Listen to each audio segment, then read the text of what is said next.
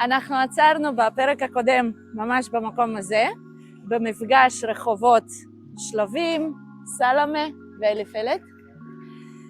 בפרק הזה אני רוצה שנדבר על השמות. סלמה, שלמה, שלמה, מה? נדבר על זה. בתור מישהי גם ששינתה את השם הפרטי ואת השם משפחה, יש לי מה להגיד על המשמעות של שינוי שם. נדבר על תחנת משטרה. יותר נכון, אנחנו נדבר על מה היה לפני שהוקמה שם תחנת משטרה ומה צמח משם. אנחנו נגיע לבית הבאר ברחוב סלמה 6, מקום מדהים.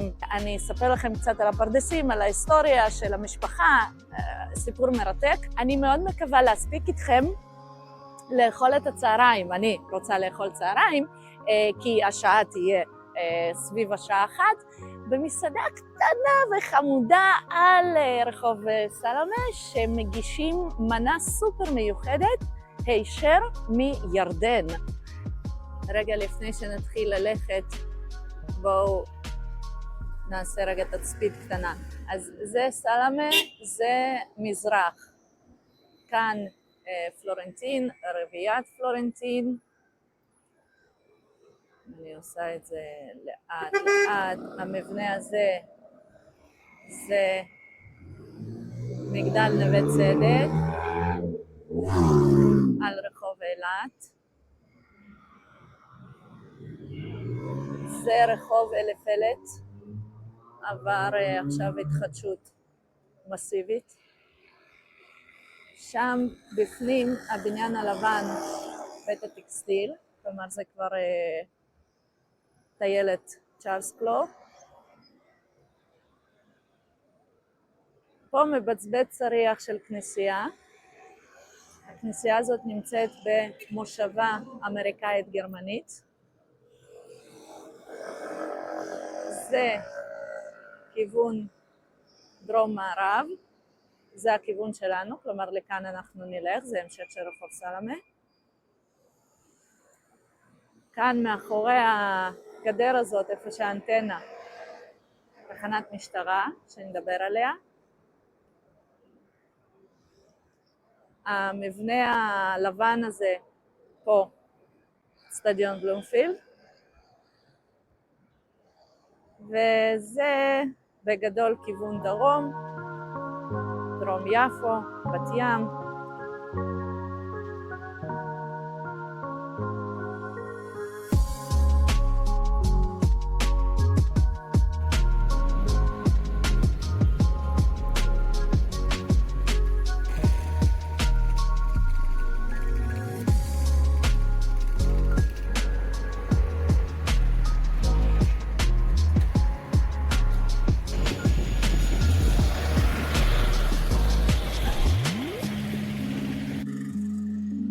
הגענו למפגש של דרך קיבוץ גלויות, זה קיבוץ גלויות. הבניין המסיבי, כמו שאמרתי, תחנת משטרה, יפו, מרחב איילון. והנה קיבוץ גלויות, פוגש את סלמה. וכאן, ממש פה, הייתה מסעדה שהייתה נקראת רק בשר. אין ספק שחלק גדול מכם מכירים את המקום הזה, והיה אחת הסטייקיות השוות שהיו בעיר.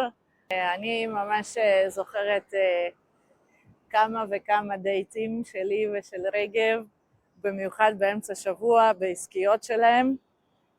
אני כבר לא זוכרת מה זה היה, אבל כאילו, או שזה היה הכל 50%, והיין היית קונה קרף ופשוט ללא תחתית. ממש ממש אהבתי את המקום הזה.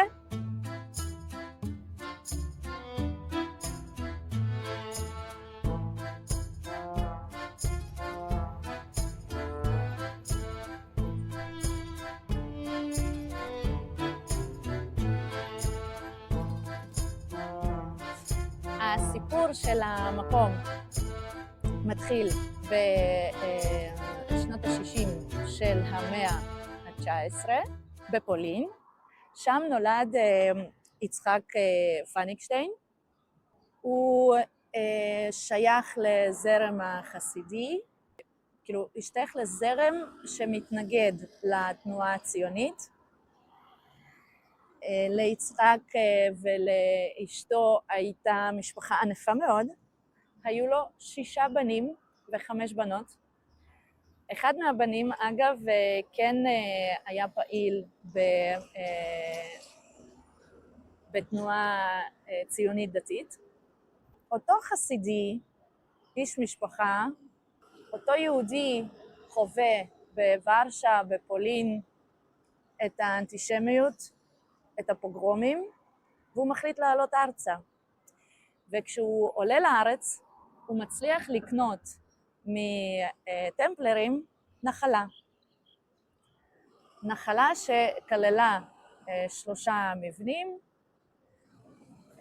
חומה, מוקפים בחומה, עם שער אחד גדול ופשפש.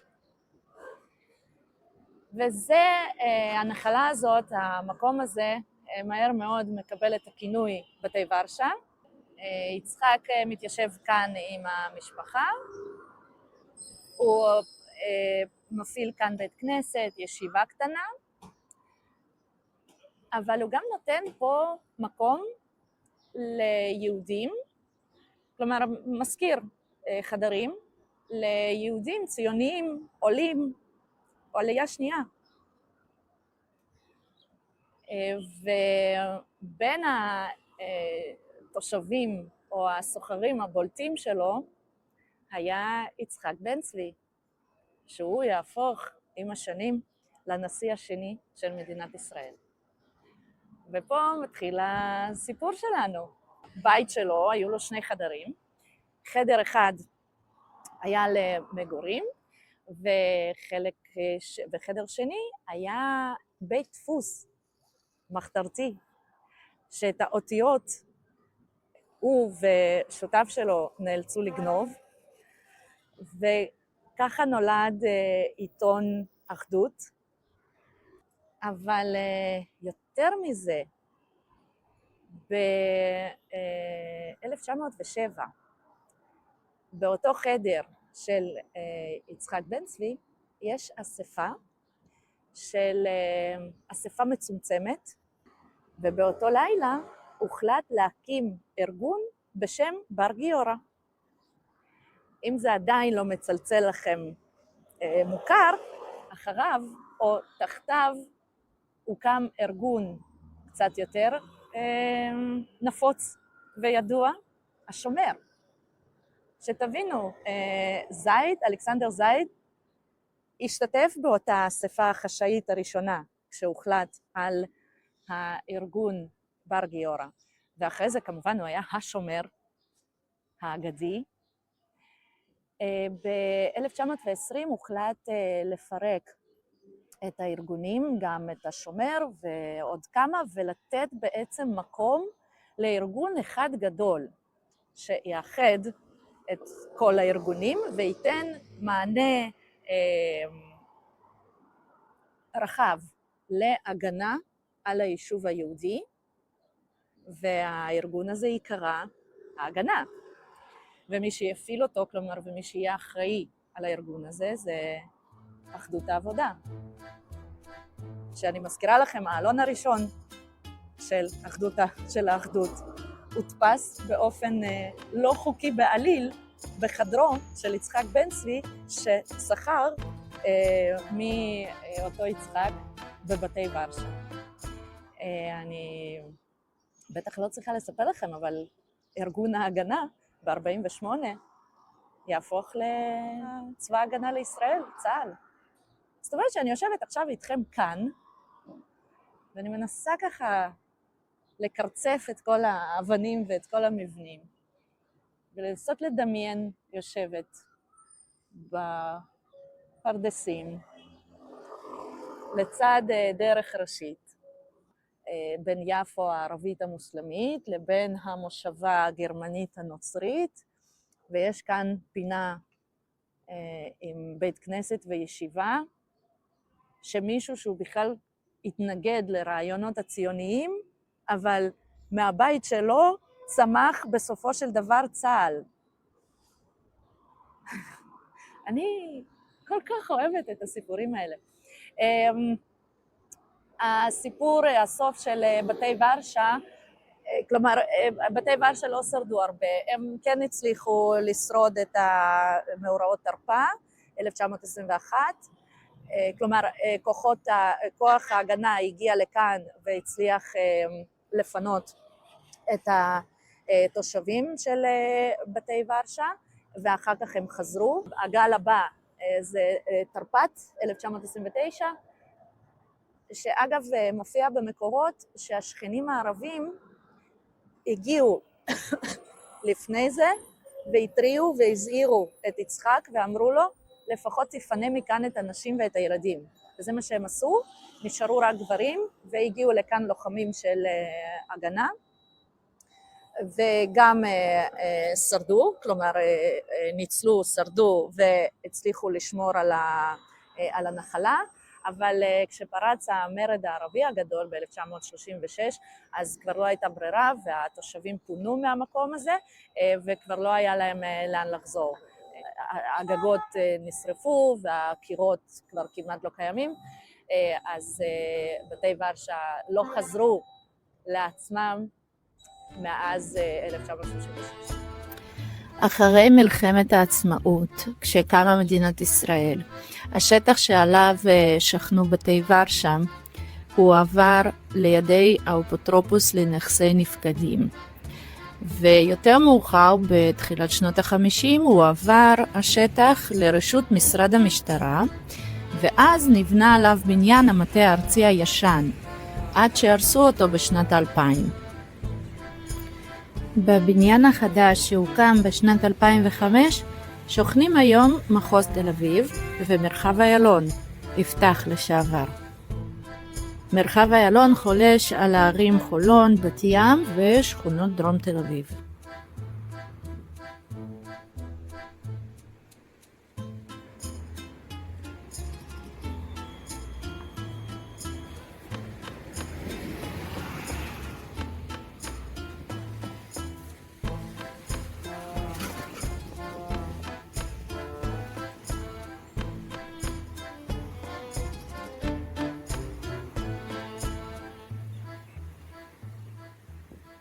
אנחנו מתקדמים מערבה, והתחנה הבאה שלנו תהיה בבית הבאר בסלמה 6. תופעת הבארות הייתה נפוצה ביפו בסוף המאה ה-19, ובשיא היו כאן 230 בתי הבאר, וזה אחד הגדולים והמפוארים, הנקרא ביארת של מוגרד. אבל רגע לפני שצוללים לתוך הסיפור ההיסטורי, אני חייבת קפה. ובמקרה, במתחם של בית הבאר, יש בית קפה מעולה. אז הבית קפה נמצא בחצר המשק. מדובר על משק אפיים לחקלאות בת קיימא, הוא מוכר בזכות התוצרת האורגנית וגבינות בוטיק. המשק הוקם בערבה, וכיום מפעיל רשת של חנויות ובתי קפה. אז שתיתי קפה, ואכלתי רוגלח, ושניהם היו מצוינים. ואז באתי לעשות סיבוב, ותפסתי לשיחה את ירון, המנהל של בית קפה. הוא הסביר לי על החקלאות בת קיימא, שלמעשה לחקלאות בת קיימא יש 3 יסודות. יסוד אקולוגי, יסוד חברתי ויסוד כלכלי. האקולוגי זה שכל תוצרת המשק אפיים היא אורגנית, תוך כדי שימוש בדישון והדברה ידידותיים לסביבה. גידול בעלי חיים ללא שימוש באנטיביוטיקה, מתן שטחי מחיה ורוויה בדרך הטבע. היסוד החברתי, במשק יש מרכז הסברה וחינוך בנושא קיימות. במשק מועסקים עובדים ישראלים בתנאי שכר הוגנים. משק גם מקיים קשרי שכר הוגן עם החקלאים ועושה שיתופי פעולה עם היצרנים המקומיים אחרים. והיסוד הכלכלי. כמו כל עסק, משק אפיים חייב להרוויח ולקלקל את המשפחות ואת העובדים. ולכן הוא לא מתבסס על ענף אחד בלבד, אלא עוסק בגידול משלב הזרע ועד המכירה לצרכן הסופי. המשק עוסק גם בפעילות תיירותית ואירוח. כך הוא מתמודד עם עלויות הגידול האורגני, עונתיות ותלות במשק העולמי. בקיצור, לא שמים את כל הביצים בסל אחד. והנה הדוגמה הפרקטית לחקלאות בת קיימא. מקרר הגבינות כמעט ריק עכשיו, כי העזים בחופשת לידה.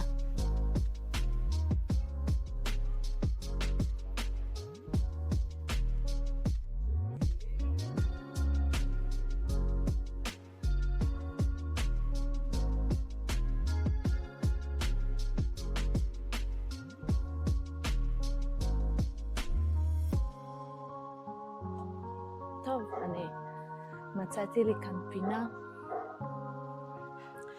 האמת ממש כיף ונוח פה, וירון בחור מזמין מאוד, ומקום מאוד מזמין וחמוד. אז מצאתי לי פה פינה בעליית גג, ואני רוצה לדבר על השמות של הרחוב, ובעיקר על השינוי של השם. אז המשמעות ההיסטורית של דרך סלמה זה דרך שהובילה מיפו לכפר סלמה. בשנת 1952 השם דרך סלמה מפסיק להתקיים באופן רשמי. גם הכפר סלמה משנה גם הופך להיות שכונה יהודית, עברית, ישראלית, בתוך עיר תל אביב, והיום אנחנו מכירים את השכונה הזאת בשם כפר שלם. כשמסתכלים במדריך רחובות של תל אביב, אז אומרים לנו שדרך סלמה שינו לה את השם לשלמה, וההסבר הוא שבספר מכבים ב' מופיע השם של עיר כפר שלמה, והיסטוריונים מזהים את הכפר הזה, את המקום הזה, בסביבות יפו. השם לא תפס. אני לא שומעת אף אחד שקורא לרחוב הזה שלמה. אני לא חושבת שיש למישהו מושג כלשהו מה זה שלמה ולמה. השם הערבי נשאר באוטובוס. התחנה הבאה, דרך סלמה, אלי פלט. שומעים דרך סלמה, אגב בדן. יש אוטובוסים שכנראה שזה פשוט AI, כלומר אוטומטית, וכשכותבים את זה עם שין ולא עם סמך, אז יוצא שלמה. התחנה הבאה, דרך שלמה. מה?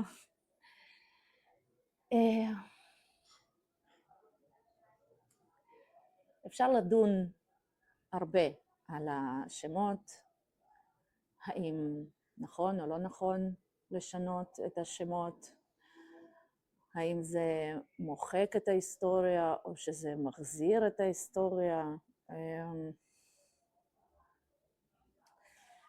אני אגיד לכם, הדוגמאות הבולטות בהיסטוריה העתיקה שקשורה למרחב הזה, זה כשהאימפריה הרומית מוחקת את השם של פרובינקיה יודעה, והופכת את זה לפלסטינה, פרימה, סקונדה.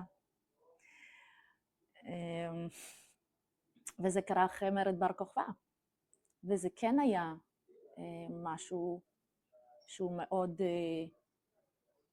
פוליטי. אני שולט, אני מוחק את השם שלכם.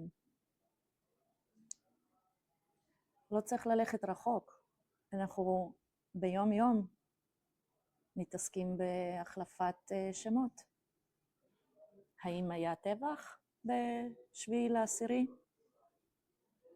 האם זה מלחמת תקומה? מאוד אקטואלי, לפחות לזמן שאני מקליטה את הוידאו הזה. אני אגיד לכם מה, אני אישית לא נגד החלפת שם, ובטח בתור מישהי שהחליפה שם, גם החלפתי את השם הפרטי שלי, וגם החלפתי את השם משפחה שלי. מצד שני, אני לא חושבת שזה באמת משנה משהו. אני לא חושבת שזה שכתוב לי היום אורל יוספה, זה אישיות נשמה אחרת בלייב אנסטסיה שהייתי לפני זה. אני מרגישה שאני אותו בן אדם. וככה גם המרחב הגיאוגרפי, הפוליטי, מצד אחד יש לזה השלכות, זה משפיע על התרבות, זה משפיע עלינו, על ההיסטוריה, על התפיסה המרחבית שלנו, על ההבנה המרחבית שלנו, זה משפיע מאוד. מצד שני, אני לא חושבת שזה באמת משנה את המציאות. ואני אישית הייתי רוצה לחיות במרחב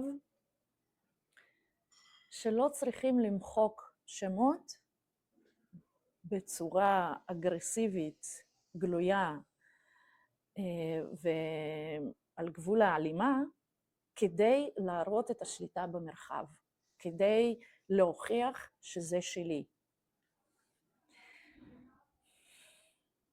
אני חושבת ששמות צריכים להיות מקור היסטורי, צליל שקשור לשפה,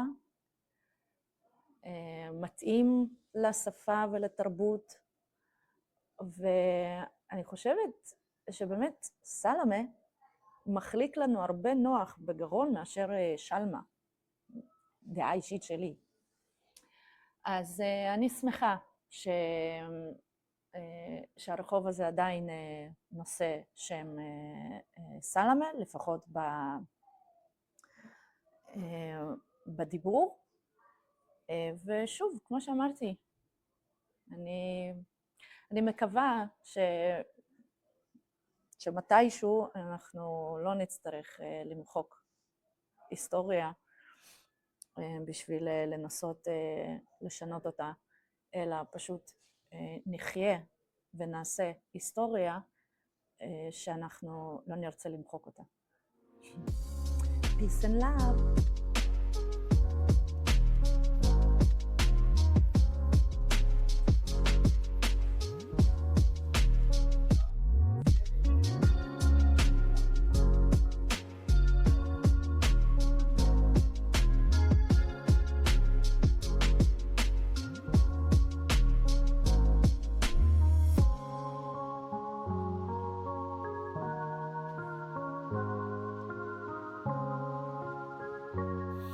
אז מה זה ביארה? זהו מתחם בנוי המוקף בחומה ששימש לצורך הפרדסים. מתחם הביארה כולל תשתיות מים, באר, בריכת הגירה, מבנה חקלאות, תעשייה ומגורים. בית הבאר הזה נבנה באמצע המאה ה-19 על ידי סרפדיון מורד, הארמני מהשירי יפו. הוא מופיע במפה, הבוסטן של הקונסול הגרמני. ב-1932 משפחת חג'אג' היפואית רכשה את הביארה. המשפחה הערבית שעסקה בגידול ושיווק של פרי הדר. המשפחה נשארה ביפו גם אחרי מלחמת העצמאות והקמתה של מדינת ישראל, אבל בשנות ה-60 היא נקלעה לקשיים כלכליים וחג'אג'ים היגרו לבריטניה. מחמוד חג'אג', הבן של סייד, שנולד ביפו, הכיר יהודייה, ניצולת שואה באוניברסיטת במנצ'סטר.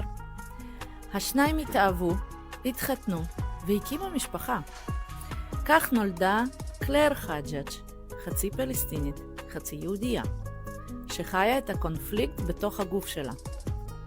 היום היא המנכ"לית של ארגון שעוסק בגישור ומשא ומתן באזורי סכסוך בעולם. היא מאמינה שרק כשנצליח לראות את הסבל של הצד השני, נוכל למצוא את המקומות שבהם אנחנו בכל זאת דומים, ואז אפשר לבנות עתיד טוב יותר. בית הבאר עבר שימור ושיפוץ ונפתח מחדש בשנת 2018. היום זהו מרכז תרבות יפואי, המהווה בית לאומנים, תושבי יפו ותל אביב. יש כאן מפגשים, הדרכות, תערוכות, סדנאות, הופעות ומרחב עבודה חינמי ופתוח לכולם. טוב, חברים וחברות, אנחנו חוזרים על אותו סיפור. אם אנחנו ביפו, מאה ה-19, מאה ה-20, אז אמרנו יפו, אמרנו פרדס. אמרנו פרדס, אמרנו מים. אמרנו באר. ומכאן באמת הכל מתחיל, מפרדסים וממים שצריכים לשאוב אותם מהבאר, כאן. ואם אתה בעל פרדס, אז יש לך באר, ואתה תבנה שם בית קטן, שהוא רק משמש את השומר נגיד, או כמה עובדים שמגיעים אליך. אבל אם יש לך כסף, אז אתה תבנה וילה, שהיא תהיה צמודה לאותו בית הבאר. ואז הווילה הזאת תהפוך בעצם לארמון קיץ. דיברנו על זה גם ביהודה הלוי, שסיפרתי לכם על הבאר והראיתי לכם את הבריכה. הבריכה הופכת לקאנטרי של הילדים. המקבץ הזה של הביארות הוא בעיניי כל כך ייחודי וכל כך חשוב, ואני כל כך שמחה לראות שמצליחים לשמר לפחות את המעט של הביארות שעוד נשארו, כי הם מספרים לנו סיפור חשוב. ואז הם הופכים למרכזים קהילתיים, הם בעצם שואבים את הקהילות השונות, את התושבים, גם המקומיים וגם אלה שבאים מבחוץ. ויש כאן ערבוב, יש כאן חיבור. ברור שלא הכל פשוט, ובית הבאר הזה ספציפית, הוא יושב בין שני פרויקטים יוקרתיים. על איזה קהילה מקומית אנחנו מדברים כאן בעצם?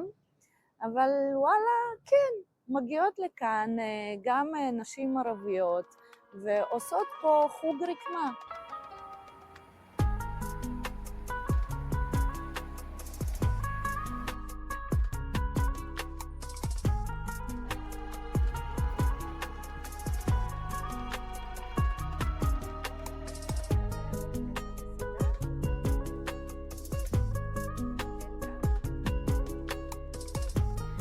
אחמד חטיב הוא בן למשפחה יפואית ותיקה מאוד. לסבא שלו הייתה מסעדת חומוס ביפו עוד בתקופת השלטון הבריטי. אחרי 48 רוב המשפחה מצאה את עצמה בירדן, ועד היום יש להם רשת מסעדות חומוס מצליחה בירדן תחת השם אל-קלחה.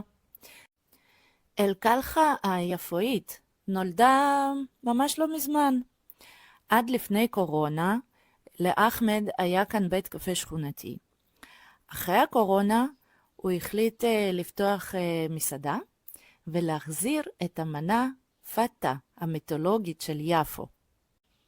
המנה פתה היא מנה עתיקה מהמטבח השמי, המבוססת על שילוב מאוזן של חומוס עם חתיכות לחם מושרה, גרגירי חומוס, שקדים כלואים, רצועות בשר שייטל ויוגורט. באמת אחת המסעדות המיוחדות, איך שהיא קטנה, ככה הנשמה שלה גדולה. מומלץ בחום.